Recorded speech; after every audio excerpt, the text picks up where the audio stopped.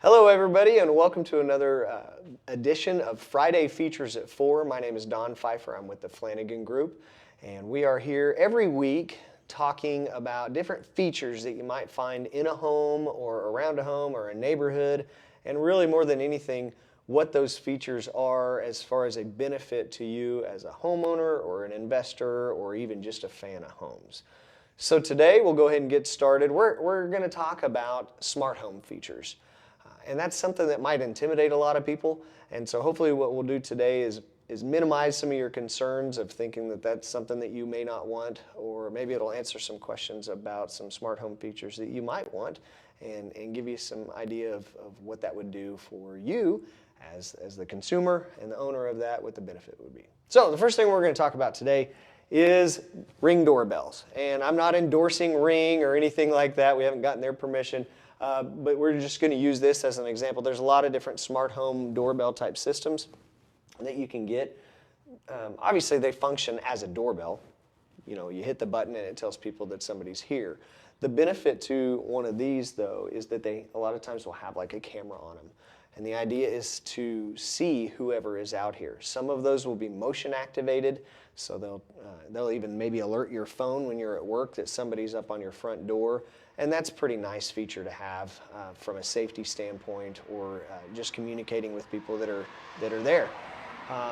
Car drives by, you can actually set the sensitivity on them so it maybe won't pick up the car driving by, but it would certainly pick up if somebody comes up to the home. Some of them will actually have the ability to communicate through those as well. So there'll be a speaker and a microphone on there and you can talk to somebody that's at your house. It's right around the holiday season. If you get a package delivered to your house and it's sitting on your porch and what they call them porch pirates were to pop up on your porch to take your stuff, you could see that happening, report the authorities, maybe even holler at them, that type of thing. So if it's not something that you had thought of in the past, might be something to think about. But let's go on inside and we'll check out some of the other smart home features. One of the reasons we wanted to talk about some of these smart home features as you're looking at, maybe you're looking at to build a house or to buy a house, some of these features do really well if you can build them in as you're building a home. Otherwise it gets into maybe a little bit more difficult to add those as you go. So one thing that we'll want to talk about today is these handy dandy outlets that we've got right here. And it may not sound like too much of a smart feature, but some of the smart home components that you can put in your home are really meant to benefit or supplement some of the other smart devices that you may have, such as a cell phone or a tablet. So you'll notice that in an outlet like this, you've got USB ports on there as well. It's just a standard outlet, but with these USB ports, it allows you to plug your lightning cable or your USB 2 cable or any sort of device that has that USB port on it. And then you can just charge. You know, you can imagine on a big countertop like this, you may have a smart home hub or some other device that has one of those types of outlets. And so having that right there and not having to use the converters with the big plugs sticking out is certainly a benefit to you, the homeowner.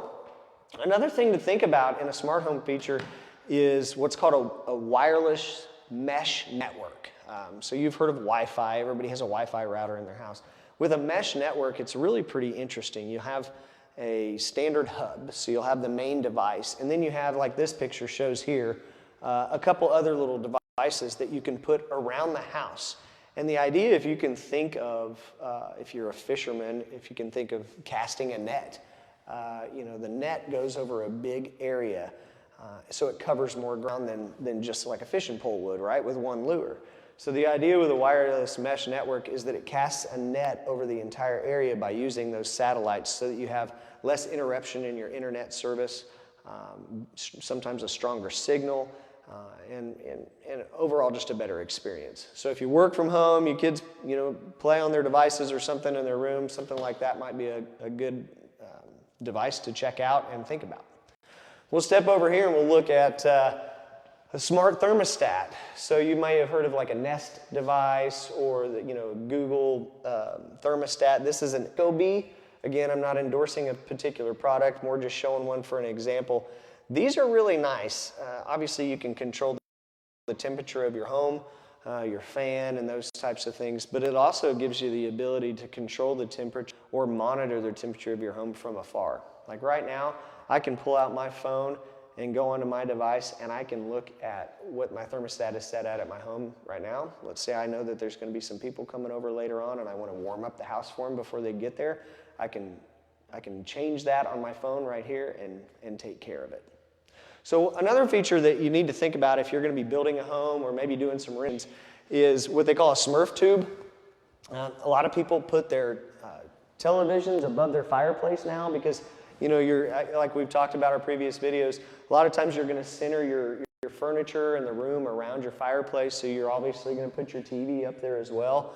These Smurf tubes allow you to run cables and other types of things through the wall and maybe plug them in somewhere else so that you don't have them hanging over the mantle or whatever. So this device itself is, again, not really a smart device. It's just a tube, but it's meant to benefit or supplement some of your smart products. Yeah. The only other device that we'll probably talk about today is the potential of a smart garage door opener. Or a Wi-Fi capable garage door opener. I have one of those again at my house, and you may be thinking, well, what does that do for me? You know, like I talked about with the thermostat, I can actually right now, I can jump onto my phone and open my garage door if I want from where I'm at now. If I've got a delivery, we talked about porch pirates, and you got a pretty expensive delivery coming to your house and you don't want it sitting on your porch, or maybe it's sensitive to weather, I can open up my garage door and allow people to just take it right in.